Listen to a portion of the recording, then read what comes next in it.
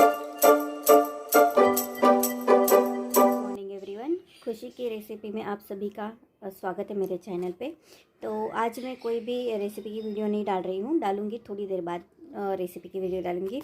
अभी मतलब कल मेरे सर ने एक डिस्कशन किया। मेरा बेटा जो है अभी 12th में है, तो उसने बताया कि उसको खान सर के क्लासेस ज्वाइन करने हैं। मैंने कहा, उनका नाम मैंने बहुत सुना था खान सर का, तो मैंने कहा ठीक है, मैं एक बार देख लूँगी, फिर हम देखेंगे कि क्लासेस उनके कैसे ज्वाइन करते हैं, ठीक है। तो उसके बाद से मैंने उनके बहुत सारे वीडियोस देखे। उनका नाम मैंने बहुत सुना था। बच्चों को बहुत ही अच्छे से सिंपल लैंग्वेज में पढ़ाते हैं और कम से कम फीस में पढ़ाते हैं, ठीक है। तो ये मैंने बहुत बार सुना था। तो मैंने स्क्रॉल करते करते एक वीडियो उनका देखा, नालंदा यूनिवर्सिटी का, जिसका मतलब मैंने भी बहुत सारे लोगों से सवाल पूछा कि इतनी बड़ी हमारी भारत की जो यूनिवर्सिटी थे वो कैसे मतलब जला दी या लुप्त हो गई, या उसका खंडर कैसे बन गया। इतनी बड़ी अगर हमारे भारत की यूनिवर्सिटी थी तो उसका खंडर कैसे बन गया। तो वो सवाल मैंने बहुत से लोगों को पूछा, मुझे आधा अधूरा ही ज्ञान उनसे मिला। तो मैंने वो वीडियो पूरा देखा खान सर का। उन्होंने उसमें नालंदा यूनिवर्सिटी का पूरा मतलब वो कैसे खंडर बन गया वो सब बताया। तो वही वीडियो मैं आप लोगों के साथ शेयर करना चाहूँगी। मुझे इतना अच्छा लगा, मतलब इतनी ईजी लैंग्वेज में वो समझाते हैं, बताते हैं कि सबको, मतलब अगर अनपढ़ व्यक्ति भी होगा और वो भी उनके वीडियोस देखेंगे तो भी सुन पाएगा, मतलब समझ पाएगा, ठीक है। तो आप लोगों के साथ भी मैं वो वीडियो शेयर करना चाहूँगी, आप लोग ज़रूर देखिएगा। मैं वो क्लिप आपको बता देती हूँ, मतलब ज्वाइन करती हूँ, आप लोग ज़रूर देखिए और ज़रूर सुनिए पूरा वीडियो। पूरा वीडियो मैंने तो अपलोड नहीं कर पाई, लेकिन उनके जो पेजेस है उनके ऊपर आप जाके भी देख सकते हो। मैं उसका हैशटैग भी आपको इसमें डाल दूँगी, आप उसमें भी जाके ज़रूर देखिएगा और इसमें भी देखिएगा। मुझे इतना अच्छा लगा तो मैंने शेयर करने से मैं अपने आप को ये कृत्य रोक ही गलत नहीं है। पाई। किसी विद्यालय को नहीं जलाना चाहिए। इतना समय इसलिए लग गया क्योंकि उस समय कागज नहीं हुआ करता था। पांडुलिपि होती थी, मोटे मोटे लकड़ी के छाल पर लिखा जाता था, जिसे जलने में समय लग गया।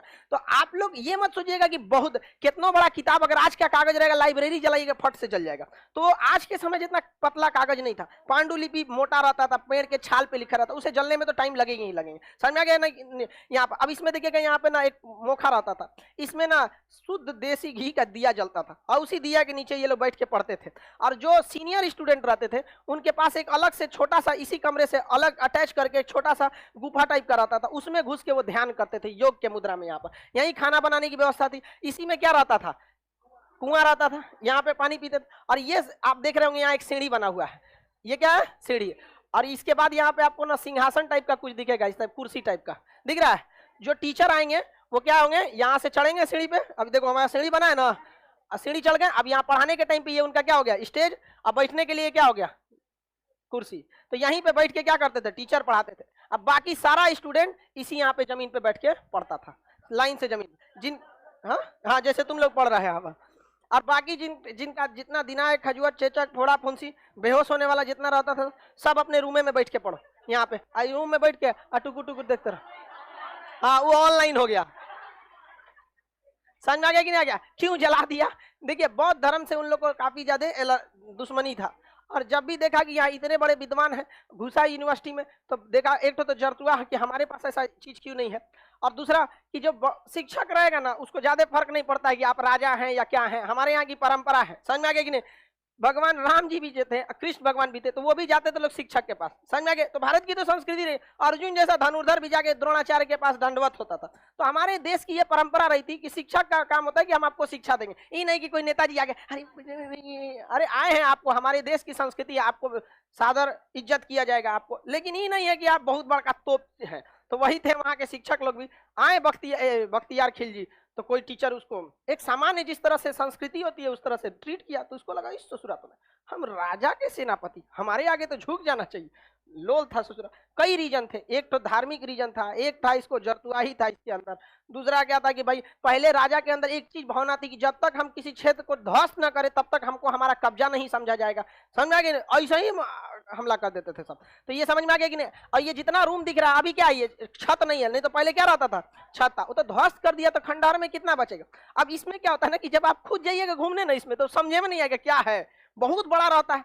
तो जब तक उसको इस टाइप से नहीं देखिएगा ये वाला, तब तक आपको समझ में नहीं आएगा। और आपको कौन सी बिल्डिंग दिखाई देती है, ये वाला, घुसते सबसे पहले यही बिल्डिंग दिखाई देगा। ये 3-4 राजाओं ने मिलके एकदम क्या कर दिया है, ऊपर कर दिया, बना दिया यहाँ पर। किसी को कोई दिक्कत नहीं ना। ये सबसे महान उस समय के जो प्रिंसिपल आचार्य थे उनका स्तूपा यहाँ पर है। तो जो सबसे महान थे उनका सबसे ऊंचा रहेगा। बाकी जो छोटा छोटा था, कोई टीचर, कोई प्रिंसिपल, कोई विदेशी यात्री, कोई बहुत बढ़िया स्टूडेंट रहा तो उसका यहाँ पे जगह दे दिया जाता था। बाकी को शमशान में ले जाकर फूंक दो। सबको जगह दे दीजिएगा जी। आप सबका समाधि बना दीजिएगा तो समाधि का तो मतलब है खत्म हो जाएगा, सबका नहीं ना हो जाएगा। और ये ब्लॉक समझ में आ गया कि नहीं आ गया यहाँ पर पूरा। और हर ब्लॉक में अपना एक यूनिवर्सिटी क्या होता था, पुस्तकालय होता था। हर ब्लॉक का अपना 35 लड़कों पर एक पुस्तकालय, 35 लड़कों के ऊपर प्रॉपर एक टीचर रहते थे। और वहीं पे खाना बनता था। खाना कहाँ से पैसा कहाँ से आते थे? गांव से टैक्स वसूलने की जिम्मेदारी किसकी थी? प्रिंसिपल साहब की थी। समझ में आ गया कि नहीं आ गया वहां पर?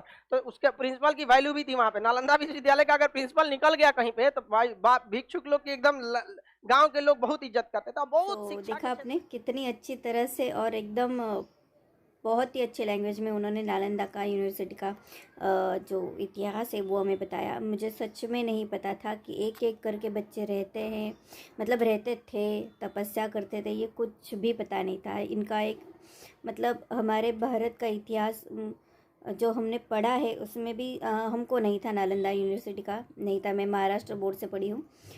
तो अगर मेरा बेटा मुझसे पूछ लेता कभी ये सवाल तो मैं उसको क्या जवाब देती, मेरे पास जवाब ही नहीं था। लेकिन अभी मैंने वीडियो देख के मुझे पूरा नहीं लेकिन 10% तो मुझे पता चल गया कि ऐसे यूनिवर्सिटी वो लुप्त हो गई या फिर उसका खंडर बन गया। ठीक है, तो ऐसे ही उनके वीडियो ज़रूर देखिए, अपने बच्चों के लिए बहुत बहुत फ़ायदेमंद है। अभी बच्चों के पास भी एंड्रॉयड फ़ोन होते ही है तो कुछ अच्छा देखे सीखे तो बहुत ही अच्छा है। तो मैं तो अपने बच्चे के लिए फ़ाइनल कर चुकी हूँ कि मैं सर की क्लासेस उसे ज़रूर ज्वाइन करूँगी। आफ्टर 12th मैं ज़रूर ज्वाइन करवाऊँगी। तो आप लोग भी देखिए और अपने बच्चों की फ्यूचर सेफ्टी के लिए, सेफ्टी नहीं बोलूँगी, नॉलेज के लिए, उनके एजुकेशन के लिए उनके वीडियोस देखिए, फॉलो कीजिए। और हाँ, मेरे चैनल को भी सब्सक्राइब करना मत भूलिएगा। वीडियो पूरा देखिएगा, लाइक कीजिए, सब्सक्राइब कीजिए, शेयर कीजिए, बेल आइकन का बटन दबाना मत भूलिएगा। अच्छे से रेसिपीज़ में लेके आती हूँ, इजी टू बनाने के लिए बहुत ईजी होती है और घर में जो सामान होता है उससे बनती है। चलिए मिलते हैं नेक्स्ट वीडियो में।